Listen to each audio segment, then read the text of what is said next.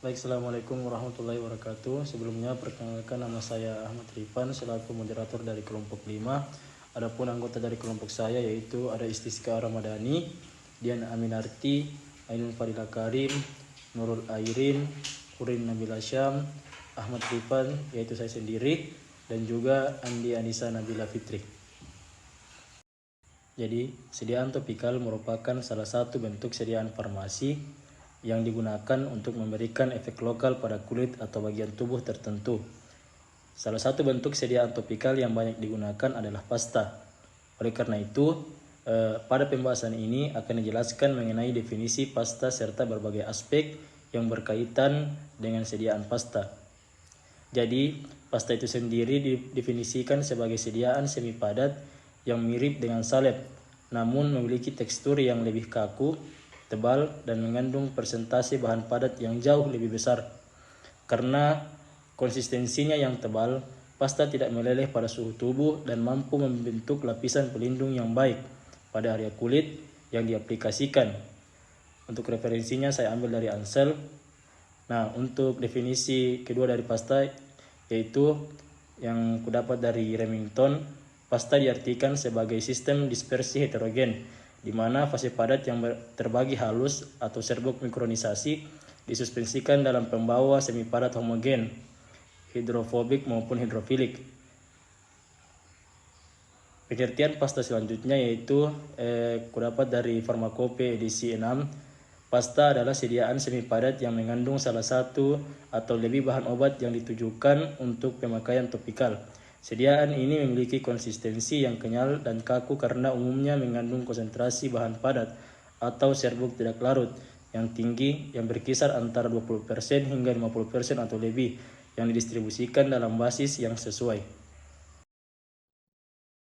Baik, nama saya Istiska Ramadhani dengan NIM 70, 100, 124, 107 akan melanjutkan presentasi bagian bahan obat yang perlu dibuat pasta. Jadi ada 3 hal yang perlu kita perhatikan untuk formulasi berbentuk pasta yang dipilih secara spesifik apabila suatu bahan itu ditunjukkan untuk kondisi terapi. Yang pertama itu dia sebagai pelindung kulit atau protektan, di mana karena sifat fisiknya yang kaku, pasta ini sangat efektif bertindak sebagai penghalang fisik untuk melindungi kulit dari sinar matahari, bahan iritan lingkungan, maupun ekskresi seperti urin maupun feses yang ada pada dalam tubuh. Zat aktif yang paling sering kita gunakan dalam sehari-hari itu ada zinc oxide atau zinc oksida. Yang kedua, menyerap eksudat. Jadi, kandungan serbuk yang tinggi memberikan pasta kemampuan absorptif yang baik untuk menyerap cairan sekresi atau serosa yang keluar dari lesi kulit yang akut. Yang ketiga, ada aplikasi lesi mukosa oral. Digunakan sebagai basis pelekatan lokal pada selaput lendir rongga mulut agar obat tidak mudah hilang oleh air liur. Contohnya, pada pasta gigi atau pasta oral yang mengandung triamcinolone acetonida. Jadi, secara keseluruhan beberapa bahan obat yang umum diformulasikan dalam bentuk sediaan pasta yaitu zinc oksida, asam salisilat, sulfur, dan triamcinolone acetonida. Jadi, bahan-bahan tersebut memberikan efek terapi lokal sekaligus perlindungan terhadap jaringan kulit atau mukosa yang mengalami gangguan. Adapun sumber saya yaitu Kemenkes atau Farmakope edisi 6 dan Ansel edisi 10 tahun 2014.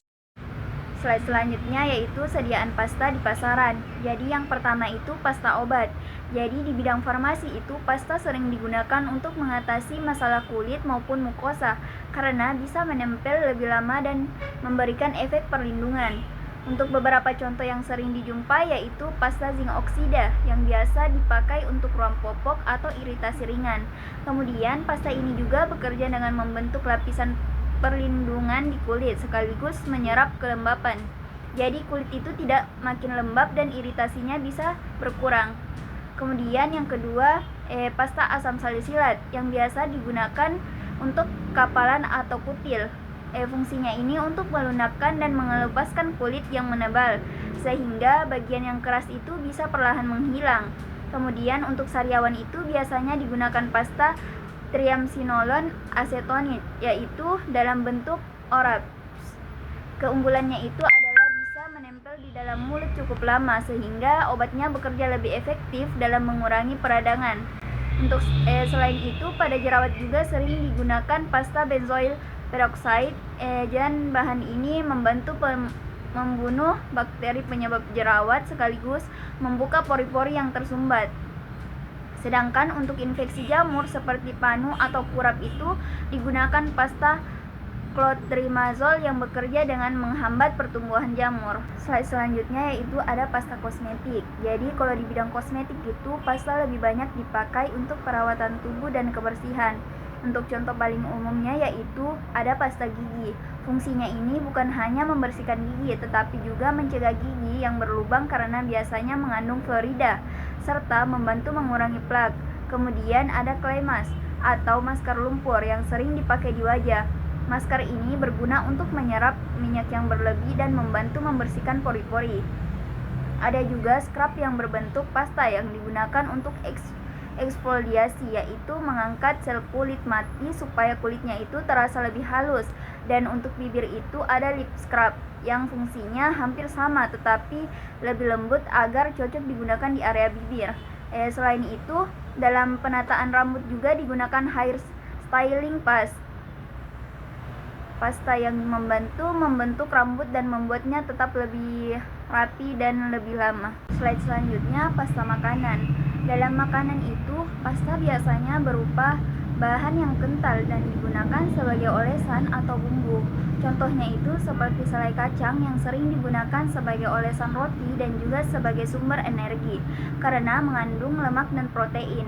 Ada juga pasta coklat yang banyak dipakai untuk dessert atau olesan manis.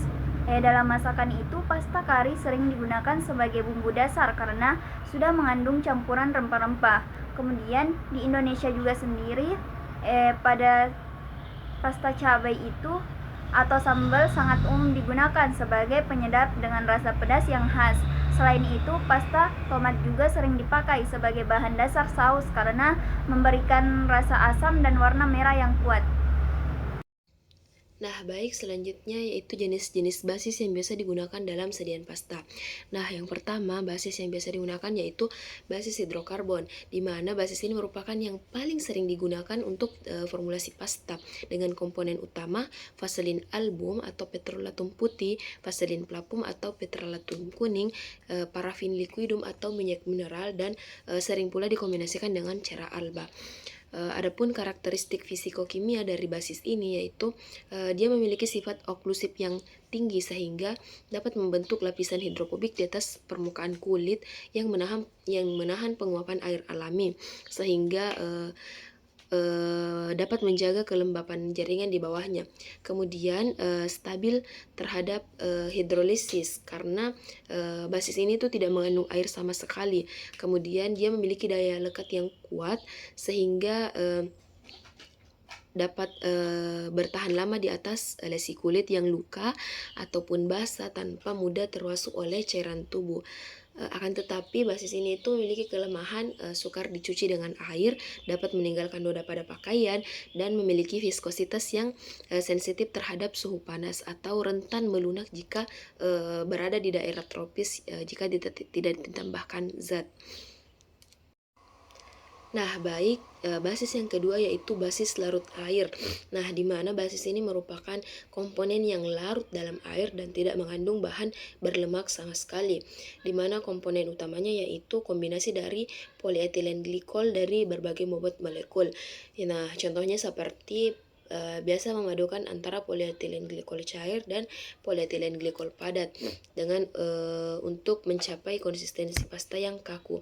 Adapun karakteristik fisikokimianya yaitu basis ini tuh sangat mudah dicuci dengan air dari permukaan kulit maupun pakaian.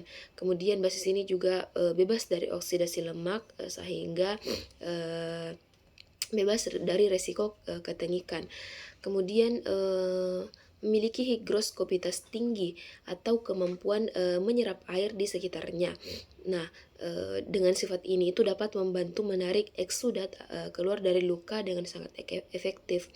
Akan tetapi kelemahan dari basis ini yaitu memiliki sifat higroskopis yang membuat basis ini dapat melunak atau encer jika menyerap kelembapan udara terlalu banyak selama penyimpanan. Selain itu juga basis ini tuh tidak memberikan efek oklusif atau perlindungan yang sekuat dengan basis hidrokarbon. Nah, selanjutnya yang ketiga yaitu ada basis absorpsi, di mana basis ini tuh digunakan jika formula yang kita rancang itu memerlukan tambahan komponen cair atau larutan berbasis air, namun tetap ingin mempertahankan karakteristik dasarnya yaitu karakteristik dasar yang berminyak. Adapun untuk karakteristik fisikokimianya yaitu kapasitas mengikat cairannya itu berada dalam komponen surfaktan atau emulgator alami seperti kolesterol dalam lanolin, dan pada lapisan antarmuka memungkinkan basis ini terjebak dari tetesan air di dalam matris minyaknya. Dengan fleksibilitas formulasi sangat berguna jika zat aktifnya itu berupa larutan air yang harus disatukan ke dalam komposisi serbuk padat pasta yang dominan berminyak. Dengan kelemahan basis absorpsi yang mengandung air, rentan terhadap ketidakstabilan kimia yang berupa hidrolisis zat aktif dan pertumbuhan mikroba, sehingga mutlak memerlukan penambahan pengawet antimikroba jika menggunakan basis ini. Untuk basis yang keempat, ada basis pomade atau basis mudah larut dalam air. Basis ini sebenarnya mirip dengan krim kosmetik atau pasta gigi yang sering kita gunakan sehari-hari.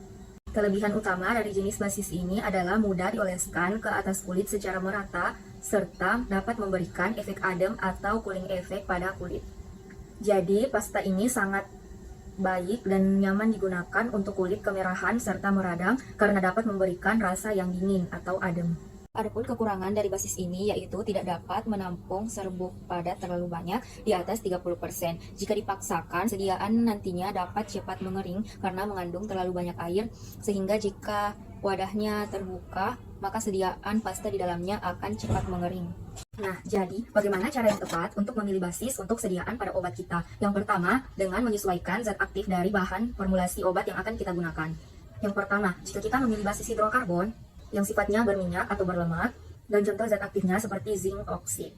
Basis ini sangat bagus untuk melindungi kulit dari iritasi luar. Contohnya untuk mengobati ruam pada kulit bayi. Dan karena dia mempunyai sifat yang berminyak, maka dia akan menjaga kelembapan dengan lebih lama. Yang kedua, jika kita menggunakan basis larut air, contohnya seperti polyethylene glycol. Nah, jika kita menginginkan obatnya cepat meresap atau pas, terutama di area selaput lendir atau mukosa, seperti pasta gigi ataupun pasta yang kita gunakan untuk sariawan. Selain itu, basis larut air ini dipilih jika kita ingin saat pemakaian kulit kita itu tetap bersih, tidak terdapat bekas minyak yang nantinya akan lengket pada kulit. Nah, agar lebih mudah, kita analogikan pembuatan pasta ini seperti sebuah jembatan gantung atau suspensi yang akan tetap berdiri kokoh di atas jurang walaupun saat badai.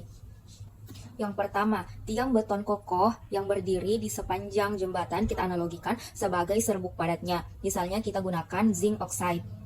Yang kedua, kabel baja elastis yang mengikat tiang-tiang tadi itu kita analogikan sebagai basis semi padatnya, seperti kita mengambil vaselin. Nah, yang ketiga, untuk gaya tarik-menarik antara tiang beton dengan kabel baja itu adalah analogi dari tegangan antarmuka. Nah, selanjutnya, apa yang akan terjadi jika ikatan antara tiang beton tadi yang sebagai serbuk dengan kabel baja yang tadi kita analogikan sebagai basis jika tidak diatur dengan benar, maka jembatan tersebut akan runtuh. Nah, dalam dunia nyata, jika kita tidak menggunakan agen pembasah atau wetting agent pada sediaan kita, maka akan dapat mengalami dua kerusakan. Yang pertama, tiang-tiang betonnya akan saling bertabrakan dan menggumpal pada salah satu sisi. Nah, ini dinamakan aggregating atau caking pada sediaan pasta. Atau kabel bajanya melorot lepas dan mengeluarkan minyaknya hingga ke dasar jurang. Ini dinamakan bleeding atau syneresis. Jadi, menjaga keseimbangan antara serbuk dengan basis itu sangat penting untuk menghindari kerusakan pada sediaan. Nah, sekarang kita akan menjelaskan mengenai uji mutu atau evaluasi pada sediaan pasta. Nah, uji mutu dilakukan untuk menjamin efikasi, keamanan, dan konsistensi sediaan selama masa simpan. Nah, yang dapat pertama kita lakukan yaitu uji organoleptik. Uji organoleptik ialah uji untuk pemeriksaan secara visual seperti rasa, bau, warna, dan konsistensi secara mikroskopis. Nah, Sediaan itu harus homogen dan tidak terjadi perubahan warna atau pemisahan fase. Nah, yang kedua yaitu uji homogenitas. Nah, uji homogenitas itu dilakukan dengan mengambil sejumlah pasta diletakkan ke dalam kaca arloji atau objek gelas. Nah, sediaan dikatakan homogen jika di dalam kaca arloji atau objek gelas tidak terdapat butiran padat kasar atau tidak terdapat pemisahan partikel secara visual. Yang ketiga yaitu uji viskositas. Uji viskositas dilakukan dengan menggunakan alat viskometer Brockfield. Nah, tujuan dilakukannya uji viskositas ini untuk mengukur sifat alir, suatu sediaan atau pada sediaan pasta yang dimana idealnya dia itu menunjukkan sifat alir yang plastis atau pseudoplastis dan juga memiliki yield value yang tinggi. Yang keempat yaitu uji daya menyebar. Uji daya menyebar dilakukan untuk mengukur kemampuan sediaan menyebar di atas permukaan kulit saat diaplikasikan. Nah, caranya kita mengambil sejumlah pasta lalu diberikan di antara dua lempeng kaca. Setelah itu diberi beban, biasanya 50 gram atau 100 gram dan sebagainya.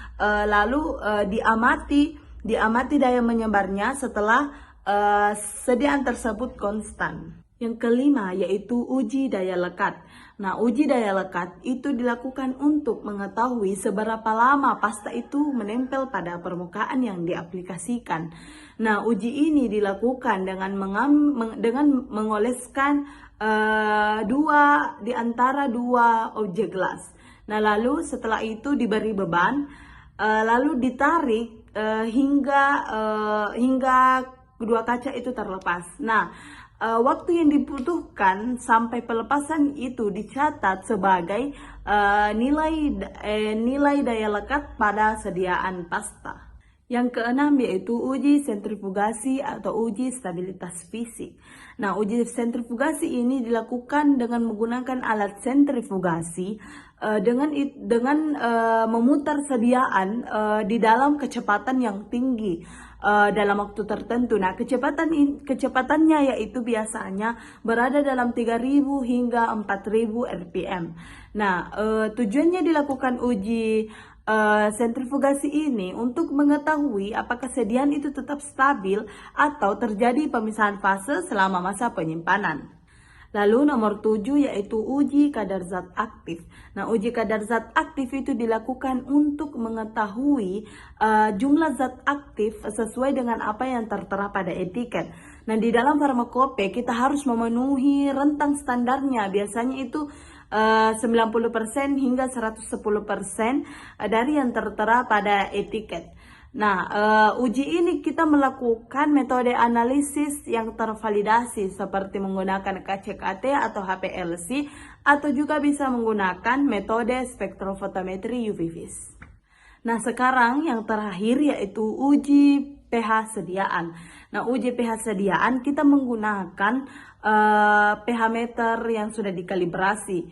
Nah, tujuannya dilakukan uji pH ini untuk mengetahui tingkat keasaman dan kebasahan pada sediaan. Nah, nilai pH itu tergantung pada tempat penggunaannya.